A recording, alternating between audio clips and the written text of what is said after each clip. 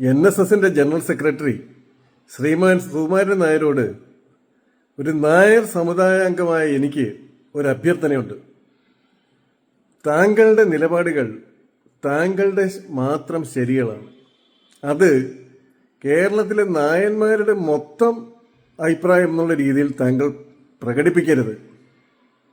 ഈ ശബരിമല വിഷയത്തിൽ ഇപ്പോൾ നമ്മുടെ സംസ്ഥാന സർക്കാർ നടത്തിയിരിക്കുന്ന കരണം മറിച്ചിലിൽ താങ്കൾക്ക് സംസ്ഥാന സർക്കാരിനെ പിന്തുണയ്ക്കാം.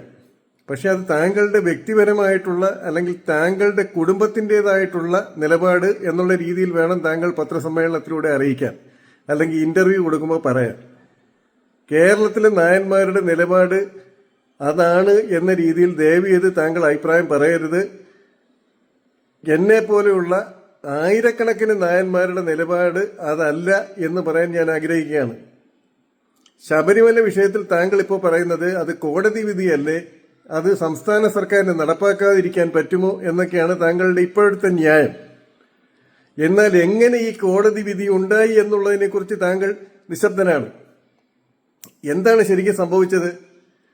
ശബരിമലയിൽ സ്ത്രീകളെ പ്രവേശിപ്പിക്കുന്നില്ല, അത് ലിംഗ അസമത്വമാണ്, അത് സ്ത്രീകളോടുള്ള വിവേചനമാണ് എന്ന് കാട്ടി ചിലർ സുപ്രീം കോടതിയെ സമീപിച്ചപ്പോൾ സുപ്രീം കോടതി തിരുവിതാംകൂർ ദേവസ്വം ബോർഡിനെയും സംസ്ഥാന സർക്കാരിനെയും എതിർകക്ഷികളാക്കി നോട്ടീസ് അയച്ചു.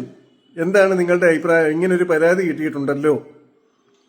ഉടൻ തിരുവിതാംകൂർ ദേവസ്വം ബോർഡ് ഇതുപോലെ ആചാരം സംരക്ഷിക്കപ്പെടണം, അതിവിടുത്തെ വിശ്വാസമാണ്, അത് നിലനിൽക്കണം എന്നും പറഞ്ഞ് സത്യവാങ്മൂലം നൽകിയപ്പോൾ അന്ന് VS അച്യുതാനന്ദൻ ഗവൺമെന്റ് ആയിരുന്നു. VS അച്യുതാനന്ദൻ ഗവൺമെന്റ് നൽകിയ അഭിപ്രായം കുഴപ്പമില്ല, സ്ത്രീകളെ പ്രവേശിപ്പിക്കാം എന്നുള്ള രീതിയിലാണ്. കേസ് തുടർന്നുകൊണ്ടേയിരുന്നു. പിന്നീട് ഉമ്മൻചാണ്ടി സർക്കാർ അധികാരത്തിൽ വന്നപ്പോൾ സുപ്രീം കോടതി ഇതേ അഭിപ്രായം ഉമ്മൻചാണ്ടി സർക്കാരിനോട് ചോദിച്ചു.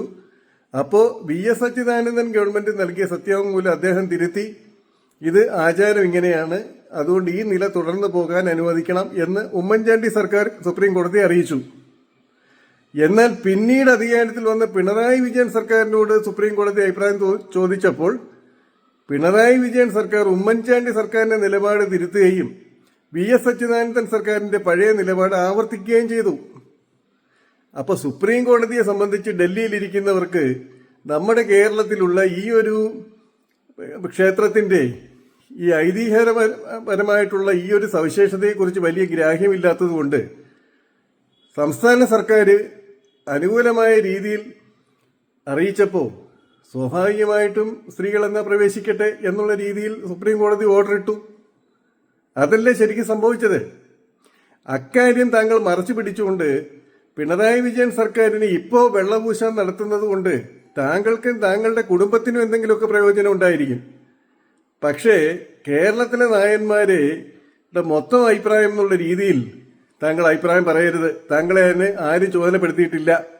നായന്മാരെന്ന് പറയുന്നത് ഇങ്ങനെ കൂടെ കൂടെ അഭിപ്രായം മാറ്റി പറയുന്നവരൊന്നുമല്ല. നേരെ വാ നേരെ പോ, വെട്ടൊന്നെങ്കിൽ തുണ്ടൻ രണ്ട്, ഇങ്ങനെ അഭിപ്രായമുള്ളവരാണ് നായന്മാർ. അല്ലാതെ തനാതനം പോലെ എന്തെങ്കിലും പ്രത്യേക കാര്യസാധ്യത്തിന് വേണ്ടിയിട്ട് അഭിപ്രായം മാറ്റുന്നവരല്ല നായന്മാർ. അതെങ്കിലും താങ്കൾ മനസ്സിലാക്കിയാൽ കൊള്ളാം. Thank you very much.